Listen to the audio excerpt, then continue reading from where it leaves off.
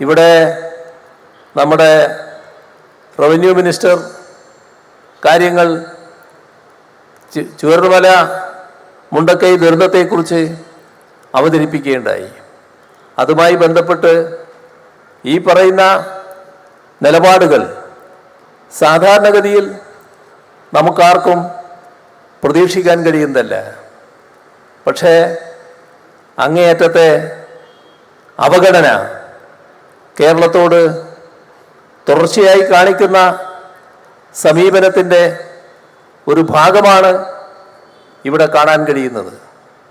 നമ്മുടെ നാടിൻ്റെ ഇത്തരമൊരു ദുരന്തഘട്ടത്തിൽ പോലും ആ പക, ആ വിദ്വേഷം മുളച്ചു നിൽക്കുന്നു എന്നതാണ് കാണേണ്ടത്. ഇത് നേരത്തെയും ഉണ്ടായതാണ്.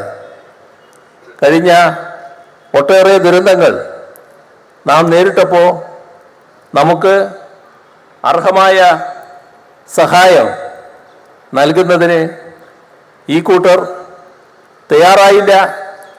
കേന്ദ്ര ഗവൺമെൻറ് സഹായം നിഷേധിക്കാൻ തയ്യാറായി എന്നതെല്ലാം യാഥാർത്ഥ്യങ്ങളായ കാര്യങ്ങളാണ്.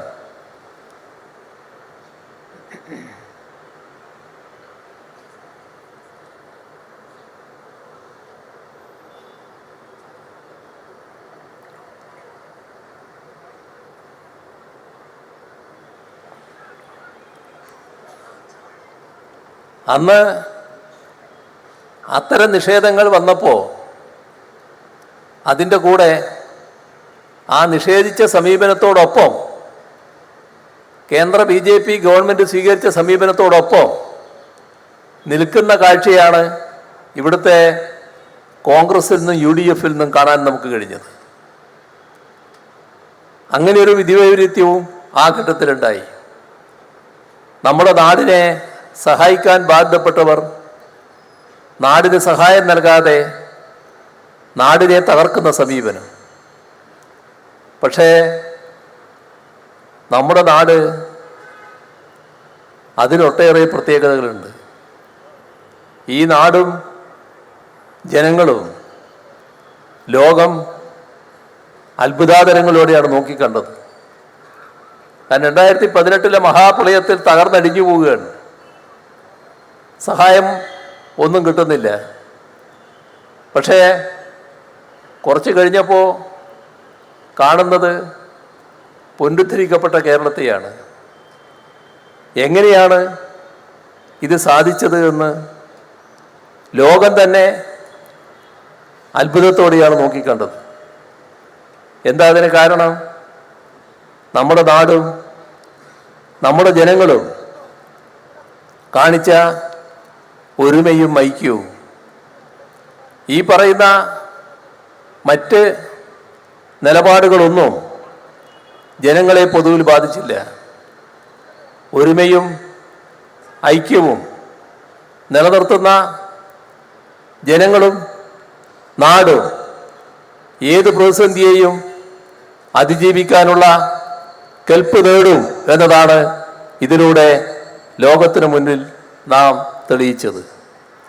ആ നാട് ഇപ്പോൾ ഉണ്ടായ വലിയ ദുരന്തത്തിൽ ആവശ്യമായ സഹായം കേന്ദ്ര ഗവൺമെൻറ്റിന് ലഭിക്കണമെന്ന് തന്നെയാണ് ഇപ്പോഴും ഞങ്ങൾ പറയുന്നത്.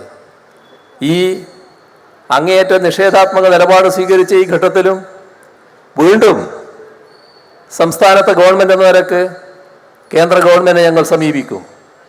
ഈ സഹായം നൽകണം എന്നത് ആവശ്യപ്പെടുക തന്നെ ചെയ്യും. ഇതൊരു ഔദാര്യത്തിൻ്റെ പ്രശ്നമല്ല, അവകാശത്തിൻ്റെ പ്രശ്നമാണ്. നാം ഈ രാജ്യത്തിൻ്റെ ഭാഗമായുള്ളതാണ്, നമുക്ക് അവകാശപ്പെട്ടതാണ്. ആ അവകാശം നേടിയെടുക്കുന്നതിന് വേണ്ടി ശ്രമിക്കുക തന്നെ ചെയ്യും.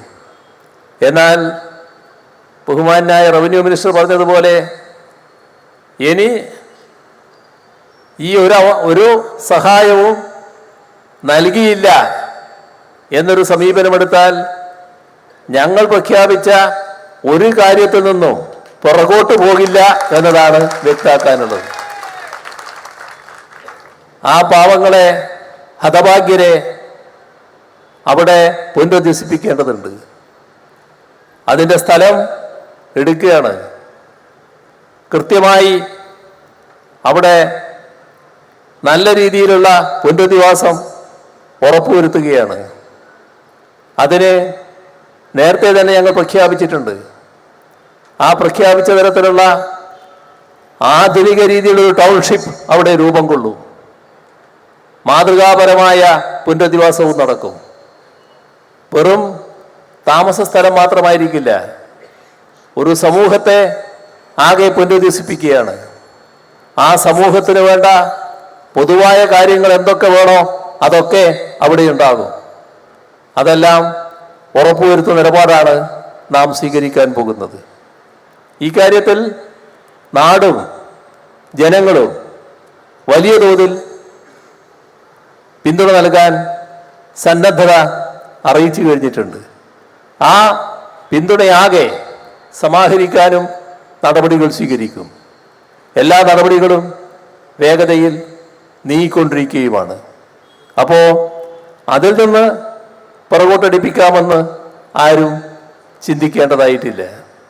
പക്ഷേ നാടിൻ്റെ ദുരന്തത്തോടൊപ്പം നിൽക്കാനുള്ള ബാധ്യത നമ്മുടെ രാജ്യത്തെ ഗവൺമെന്റിനുണ്ട്.